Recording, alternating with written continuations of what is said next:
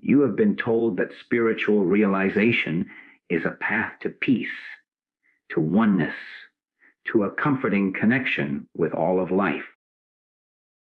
I am here to tell you that this is only a half-truth, and it is the unrecognized half that is the source of your greatest suffering. The moment you truly begin to awaken, you will find yourself plunged into a profound and unshareable loneliness. The very things that once gave you comfort and identity will begin to crumble, leaving you feeling isolated and, yes, broken. You look at the world celebrating its illusions, and you can no longer join in. You feel a separation, not from God, but from the dream of the world. This breaking and this solitude are not a sign that you have failed. They are the unmistakable evidence that you are succeeding. Why must this be? Why is this sacred loneliness the necessary threshold to a reality beyond human comprehension? What you are about to hear will recast your entire understanding of the spiritual path, revealing why this feeling of being set apart is not your curse, but your divine appointment. You see, we enter this human experience under a grand and compelling illusion. From our earliest moments, we are taught, both subtly and overtly, that we are incomplete entities and that our wholeness depends on something or someone outside of ourselves. We are conditioned to believe that fulfillment is a puzzle to be solved in the external world. We are told that the right relationship will complete us, the right career will define us, the right acquisition will satisfy us, and the right social approval will validate our very existence. This is the foundational myth of human life, the powerful dream of separation. And it is this very dream that the initial stirrings of spiritual awareness begin to shatter. This shattering does not happen with a gentle whisper, but often with a series of tremors that disrupt the very fabric of our perceived reality. Consider the individual who achieves the promotion they have tirelessly worked for, only to find an unexpected emptiness waiting for them in the new corner office. The object of their striving has been attained, yet the promised fulfillment remains elusive, a phantom that vanishes upon arrival. Or reflect on the person who finally enters the relationship they believed would heal their loneliness, and yet, in the midst of that intimacy, a deeper, more profound sense of isolation can sometimes surface. The other person, no matter how loving, cannot as become you. They cannot fill the void you were taught you had. These are not failures of life or love. They are the first cracks in the edifice of the illusion. They are the unmistakable signs that the soul is beginning to awaken from the dream of external completion. It is a deeply unsettling process because it calls into question everything we have been taught to pursue. The goals we were given, the societal metrics for a successful life, begin to lose their luster. The pursuits that once animated us now feel like shadows on a wall, and we are left wondering why we were ever chasing them with such fervor. This is where a critical and often misunderstood transition occurs. The world, observing our discontent, will label it as ingratitude, depression, or a failure to appreciate our blessings. It will prescribe solutions that are merely variations of the same old dream. A new relationship, a different job, a more thrilling vacation. But the awakening individual intuitively knows that these are just different rooms in the same prison. They sense that the answer does not lie in a better rearrangement of the external furniture, but in discovering an entirely new foundation upon which to stand. This is the great crisis and the great opportunity. The feeling of brokenness arises precisely because the old structures of identity, the ones built upon accomplishment, affiliation, and acquisition, are no longer capable of bearing the weight of our being. We feel fragmented because we are in the process of outgrowing the container that once held us. It is akin to a seed that must allow its hard shell to be broken open by the forces of life pressing from within. The shell does not break because it is weak. It breaks because the life inside it has become too powerful to be contained any longer. So it is with you. Your dissatisfaction with the superficial rewards of the world is not your curse. It is the evidence of a deeper spiritual vitality stirring within you. It is the divine discontent that will not allow you to settle for the imitation when you are being prepared for the real. The loneliness you feel in a crowd, the sense of alienation from conversations that revolve solely around the trivialities of the dream, is not a sign that you are broken. It is a sign that you are beginning to perceive a different reality, a different dimension of being, one that operates on principles entirely distinct from the world of getting and becoming. This is the painful, necessary, and glorious undoing of the illusion of human completion. It feels like a death because it is a death. The death of the false self that believed it was a separate, needy entity requiring salvation from outside itself. As this false self, with all its desires and fears, begins to recede, what is left is a startling sense of emptiness, a void. And it is into this very void, this sacred and terrifying silence, that a new consciousness must dawn. We are being emptied out not to be left barren, but to make room for a wholeness that the limited human self could never comprehend, a wholeness that was, is, and forever shall be our true and only identity. This sense of emptiness, this crumbling of the old foundations, inevitably leads to a profound and unsettling realization. You are no longer in agreement with the world. The collective dream, which once felt so solid and real, begins to reveal itself as a complex web of shared assumptions, and one by one, the threads that connected you to it are snapping. This is not a philosophical stance you adopt. It is an experiential shift that happens to you.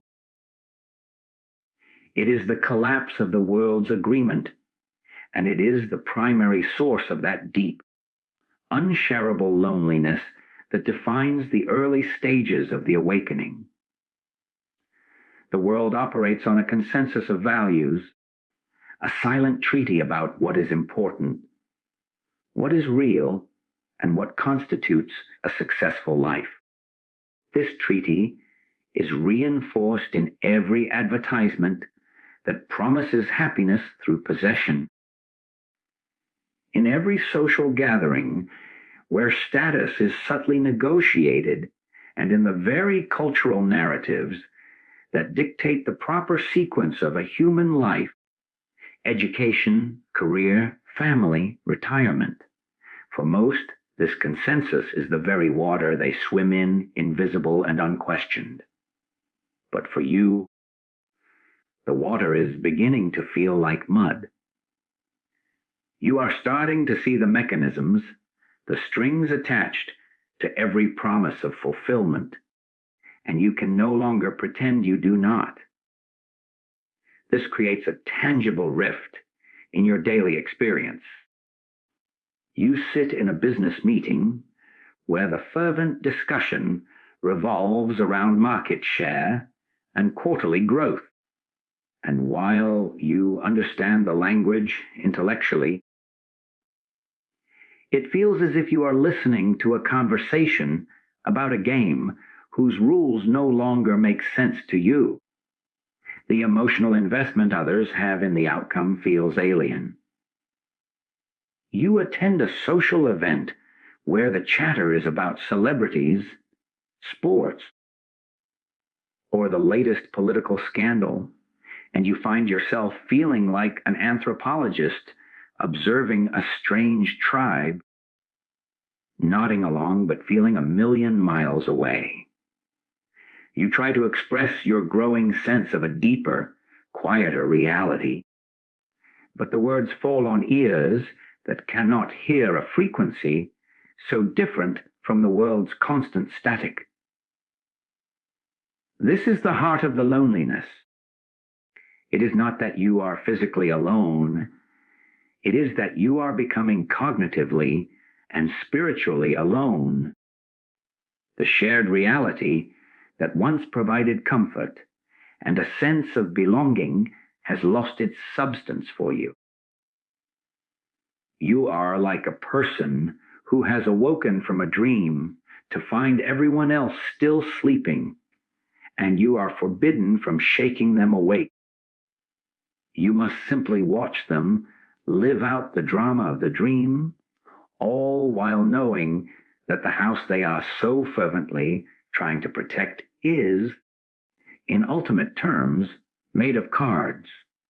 The world, sensing your withdrawal from its game, will often respond with confusion, pressure, or even hostility. Family may worry that you are depressed or losing your ambition.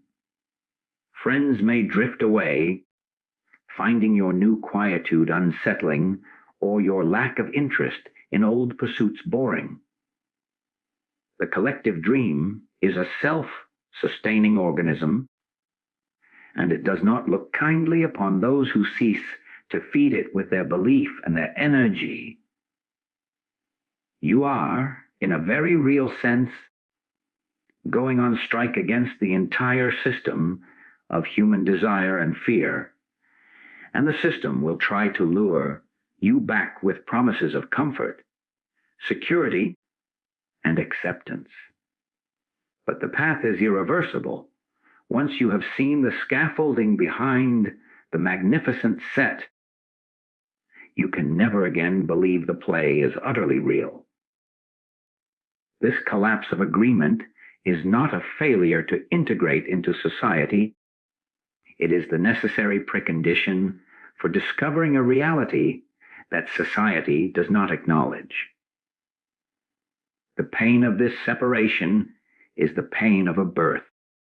You are being pushed out of the warm, dark womb of collective consensus into the stark, bright, and lonely air of individual spiritual consciousness.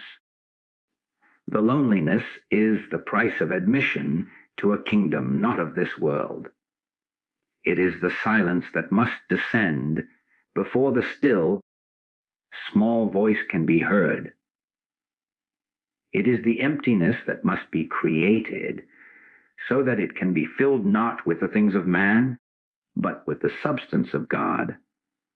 This breaking away from the collective hypnosis is, therefore, not your isolation, but the beginning of your true and singular journey home. This breaking away, this profound sense of isolation from the collective dream, is not an end in itself. It serves a critical divine purpose. It is the beginning of a great purification of consciousness. As the noise of the world begins to fade into the background, you are left alone with yourself, and it is in this terrifying and fertile silence that the real work commences. The collapse of the outer agreement forces an inner confrontation. You are brought face to face with the contents of your own mind, and you quickly discover that it is not a pristine sanctuary, but a warehouse filled with the accumulated debris of a lifetime. The fears, the prejudices, the desires, and the hidden motivations that you inherited from the very world you are now separating from. This purification is not a gentle cleaning. It is a refiner's fire. It is the process by which every thought, every motive, every deeply buried belief is brought out of the shadows and held up to a new and startling light.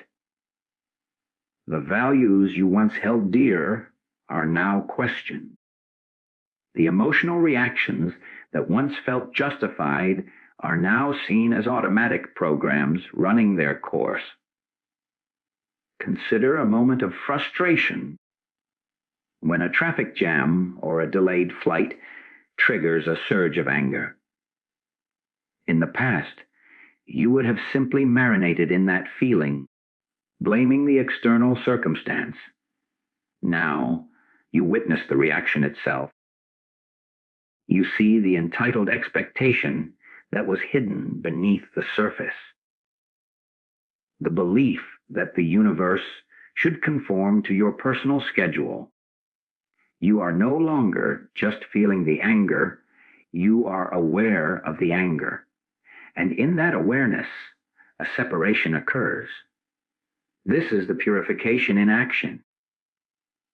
It is the development of a witness, a silent observer within you that does not get swept away by the storm of human emotion, but instead watches the storm come and go.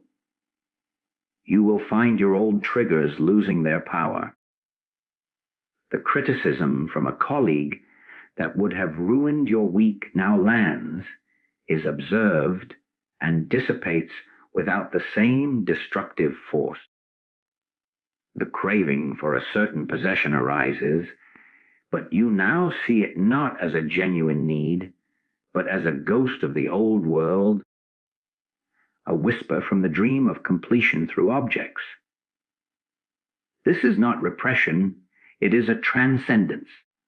You are not battling these thoughts and feelings, you are outgrowing them by recognizing them as not. Self, as artifacts of a conditioned past. This process can feel like a kind of death, because it is. It is the dying of the psychological self, the persona that was constructed from the world's opinions and your own reactions to it. You may feel a strange emptiness, a hollowing out, as these familiar, though painful, structures of identity are burned away. The passion for gossip falls away, leaving silence. The need to be right in every argument diminishes, replaced by a quiet curiosity. The relentless drive for more money, more recognition, more experiences, begins to quiet, not because you have attained everything, but because you see the endless treadmill for what it is. This is often the most challenging phase of the journey, for it can feel as if you are losing your very self. Who are you without your grievances, your ambitions, your carefully crafted personality? It feels like brokenness because the vessel is being scarred clean. The water of life that once seemed so satisfying was, in truth, muddy with self-interest. Now, the vessel is being prepared to hold a pure substance. The loneliness you experienced from the collapse of the world's agreement now becomes a sacred solitude, a necessary workshop where this alchemical purification can take place. It is in this quiet, stripped down state that you become aware of a deeper current of intelligence, a different kind of power that does not operate on the principles of force and control, but on the principles of grace and harmony. You are not building a new and better personality. You are making room for something that was always there, buried beneath the accumulations of a lifetime. The purification of consciousness is the arduous, non-negotiable process of clearing the channel so that this divine current may flow through unobstructed, and it is in this fire that the metal of your true being is forged. And so, as this inner purification progresses, as the old structures of thought and desire are systematically dismantled, a profound reorientation takes place. The focus of your life, which for decades was pointed outward in a relentless search for confirmation, comfort, and completion, now turns inward. This is the critical transition from outer seeking to inner listening. The entire momentum of your being shifts. You are no longer a seeker on a horizontal plane, rushing from one experience to the next, one teacher to another, one book to the next, hoping that the next thing will contain the final answer. That frantic search begins to feel like a dog chasing its own tail. A great deal of motion, but no real arrival. The failure of the outer world to provide lasting fulfillment is now your greatest teacher. It has successfully educated you to stop looking for the answer there. The promotion did not bring peace. The new car did not bring joy. The perfect relationship did not erase the fundamental sense of lack. And so, you are forced by the sheer weight of your own experience to cease the seeking and to begin a different activity entirely, the activity of listening, of attending, of being still. This is not a passive state. It is the most active receptivity you will ever know. It is the tuning of an inner instrument to a frequency that the noise of the world has always drowned out. You begin to find that your most significant moments occur not in the whirlwind of activity, but in the quiet spaces in between. It might happen while you are walking alone in nature, not with a goal of exercise or distraction, but simply walking. The chatter in your mind subsides, and for a fleeting moment, you are simply present with the sound of the wind, the feel of the earth under your feet, the sight of a bird in flight. In that moment, there is no seeking, no lack, no problem to be solved. There is only a deep, wordless, and profound sense of being. Or it may happen in the middle of a routine task, like washing dishes. The warm water on your hands, the simple rhythm of the work, and suddenly the burden of your personal history lifts, and you are just here, just now, and it is more than enough. These are not merely moments of peace, they are glimpses. They are flashes of the very reality you were seeking all along, and they reveal a shocking truth. What you are looking for is not out there, and it is not something you lack. It is the very ground of your own being, the conscious awareness that is reading these words right now. The shift is from being a person who is seeking God or truth or peace to being the very arena in which this presence is revealed. The question changes from, where can I find it? To, what is it that is aware of this seeking? What is it that is aware of this very moment? This inner listening is the practice of dying to the seeker. It is the conscious relinquishment of the one who is always trying to get somewhere, become something, or figure everything out. You sit not to achieve a special state of consciousness, but to be present with whatever state is appearing. You listen not for a voice or a message, but to the silence out of which all sounds arise. You attend to the space of your own awareness, and in doing so, you discover that this awareness is not personal, not limited, not yours.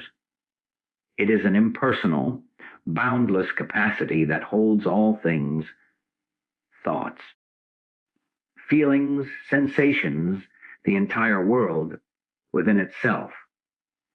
This is the great paradox. The moment you stop seeking, you find that which was never lost. The moment you turn inward and listen, you hear the silence that is the source of all sound. The outer world does not lose its beauty or its utility. In fact, it becomes more vivid, more real, because you are no longer trying to use it to complete yourself. You can engage with life fully, but from a different center of gravity. You work, you love, you interact, but you are no longer a beggar at the world's door. You are a vessel through which the infinite expresses itself in the finite realm. The seeking was the problem, for it implied a distance between you and the goal. The listening is the solution, for it reveals that the goal has been the seeker's own true nature all along. The entire universe now folds inward, and you discover that the kingdom of heaven was, as promised, within you, not as a place, but as the very substance of your perceiving self. This profound shift from seeking to listening, from outward grasping to inward receptivity, initiates the most startling transformation of all: the gradual dissolution of the personal self and the emergence of an impersonal identity, the you that you have always taken yourself to be. The collection of your name, your history, your accomplishments, your failures, your preferences, and your fears begins to be seen for what it is: a temporary constellation of events, a story woven from memories and conditioning, but not the fundamental essence of what you are. This is not a loss of individuality, but a loss of identification with the personal drama that once seemed so absolute and all-consuming. You begin to notice this in the most ordinary moments. A thought arises, perhaps a memory of an old grievance. In the past, you would have become that thought. You would have been the wounded one, reliving the pain, justifying the anger. Now, you notice the thought as it appears. You see it come, you observe its emotional charge, and you watch it go, much like a cloud passing through the sky. The crucial difference is this: you are no longer the cloud, you are the sky, the vast, aware, impersonal space in which the cloud of thought temporarily manifests. The personal identity was invested in the cloud, believing it to be its very self.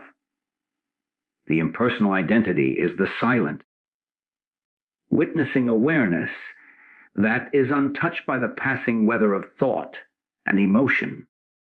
This is why the spiritually awake can appear so paradoxically both engaged and detached.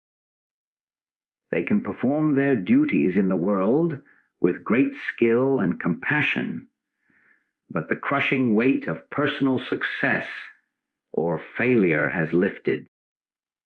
When a project at work meets with success, the old personality would have puffed up with pride, claiming the achievement as its own.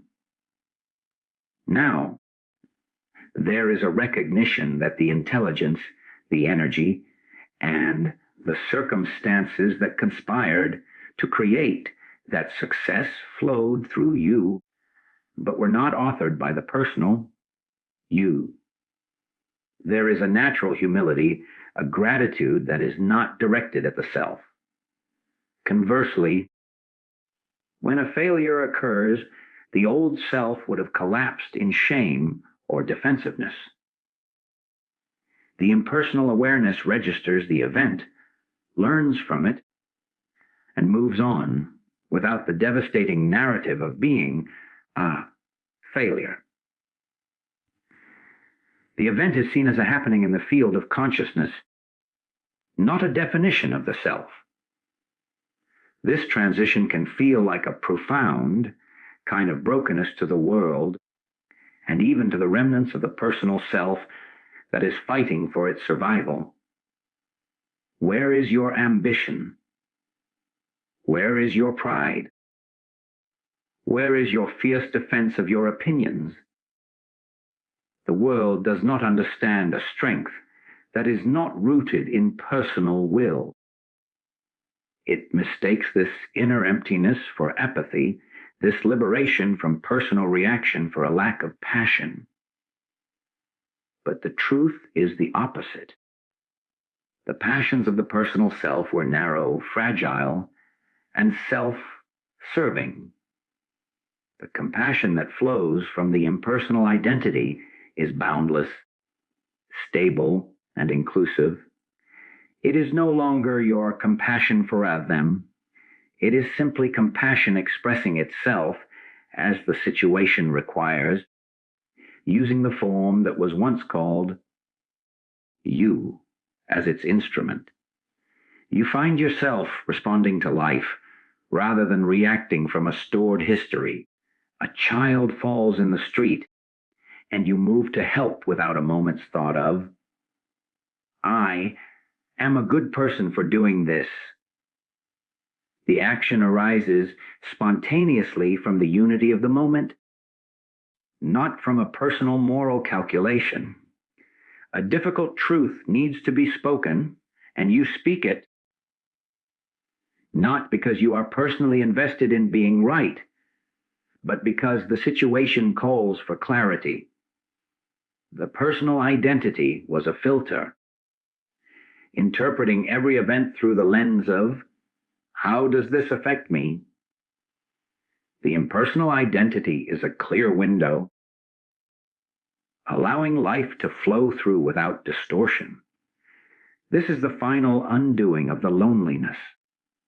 The loneliness was born from the sense of being a separate person, an island of consciousness in a sea of other separate persons. But as the personal self recedes, the very boundaries of that island begin to dissolve. You discover that you are not in the universe.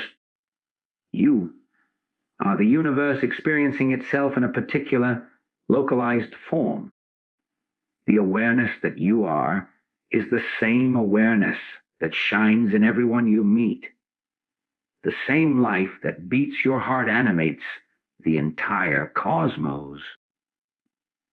The sense of separation, which was the root of all loneliness and seeking, is revealed as the fundamental illusion. You are not a drop in the ocean, lonely and afraid. You are the ocean itself, temporarily experiencing itself as a drop. And in that realization,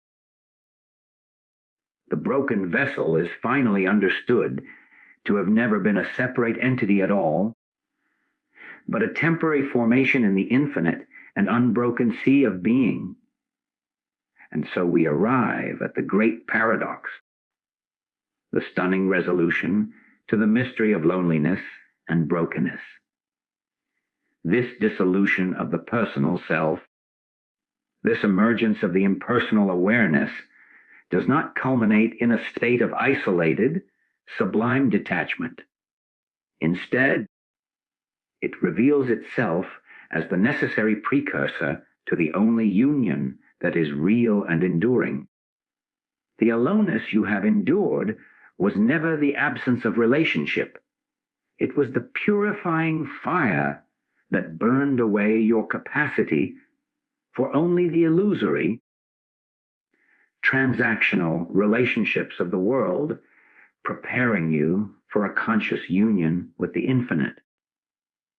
The feeling of being broken was not a sign of damage, but the shattering of the container that was too small to hold the ocean of your true identity. This is not a union that can be sought or achieved. It is a state of recognition, a startling remembrance of what you have always been. When the clamor of the personal, I, subsides, what remains is not a void, but a palpable, living presence. This presence is not a thing separate from you that you join with. It is the very substance of your own awareness. Stripped of its false identification with the body and the story, you discover that you have always been one with the source, but the frantic activity of the personal self, with its fears and desires, created so much static that the signal could not be received. The silence you cultivated through inner listening was not an empty silence. It was the fertile ground in which this recognition could take root. You will find evidence of this union, not in visions or ecstasies, though it far surpasses them, but in a fundamental reordering of your daily life. There is a new kind of strength that has nothing to do with personal willpower. You face a crisis that would have once shattered you, and you find a resilience, a clarity, and a peace that you know does not originate from you. It is as if you are being lived by a wisdom greater than your own. Decisions are made not from the confusion of personal preference, but from a deep, intuitive knowing that arises spontaneously and correctly. You are no longer the driver of the vehicle, straining to see the road in the dark. You have become the passenger in a vehicle that is guided by a perfect internal navigation system, and your only task is to surrender your white, knuckled grip on the wheel. Your relationship with the world is transformed. You look at a tree, and the old separation is gone. You do not see a tree as an object out there. You perceive it from within the same field of consciousness that you are.